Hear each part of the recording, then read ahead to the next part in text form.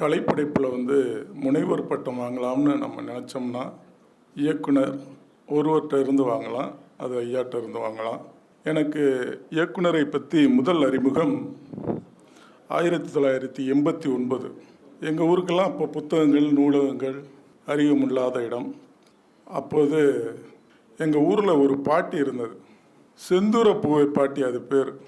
அந்த பாட்டி என்ன பண்ணும்னா, நான் இப்போ சின்ன பையன், 86 87 பிலிப்ஸ் ரேடியோ சென்னை வந்த ஒரு அண்ணன் பிச்சைமணி அவர் வாங்கிட்டு இரவு நேரத்தில் எங்கள் தெருவில் பாட்டு வைப்பார்.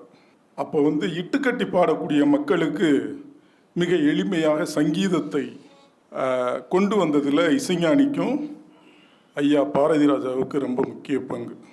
இட்டுக்கட்டி பாடிய அந்த நாவு, அந்த செந்தூர பூவை பாட்டி நடும்போது இசைஞானியுடைய பாடலை, பாரதிராஜா ஐயாவுடைய இயக்கத்தில் வந்த படங்களில் வந்த பாடலை பாடி எளிமையாக பாடி பாடி எல்லோருக்குமான ஒரு சந்தோஷத்தை கொடுத்தாங்க.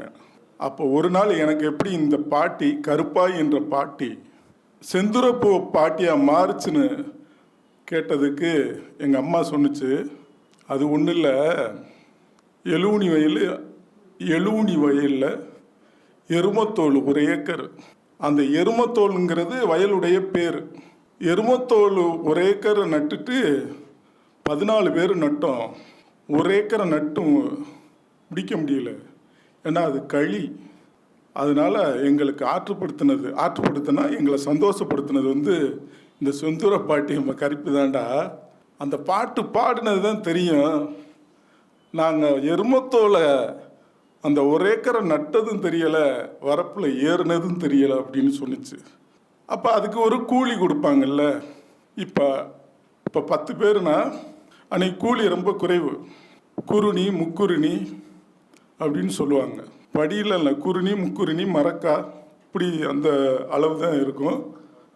அதில் மிச்சப்பட்ட நெல் பிரித்ததை கொஞ்சம் இருந்துச்சுன்னா கடைசியாக வீடுக்கு போகும்போது இனிப்பு வாங்குவாங்க. இனிப்பு, கல்கோனா, முறுக்கு, அதிரசம், இது 3 தான் கிராமத்தில் இருந்தது. அந்த கல்கோனா வாங்கியதில் இந்த செந்தூரப்பூவை பாட்டு பாடின பாட்டிக்கு ஒரு கல்கோனா எக்ஸ்ட்ரா கொடுக்கறது பரிசு மாதிரி அப்படி கொடுத்தாங்க. ஏன்னு கேட்டதுக்கு, அத்தா இதுவரை நீ எத்தனையோ பாட்டு பாடியிருக்க, ஆனால் இந்த செந்தூரப்பூவை பாட்டை பாடின பாரு, எங்கள் காலுகை அசதியெல்லாம் போயிருச்சு, அதனால் உனக்கு அதிகமாக இன்னொரு கல்கோனா அப்படின்னு கொடுத்ததாக சொல்லுவாங்க. இதை போல் என்னை போன்ற, இப்போ என்னுடைய பேர் வா கருப்பன், திரைப்பட பாடலாசிரியராக, கவிஞராக வருவதற்கான வழிகளை, இறுக்கமான சமூகங்களை கலைத்த,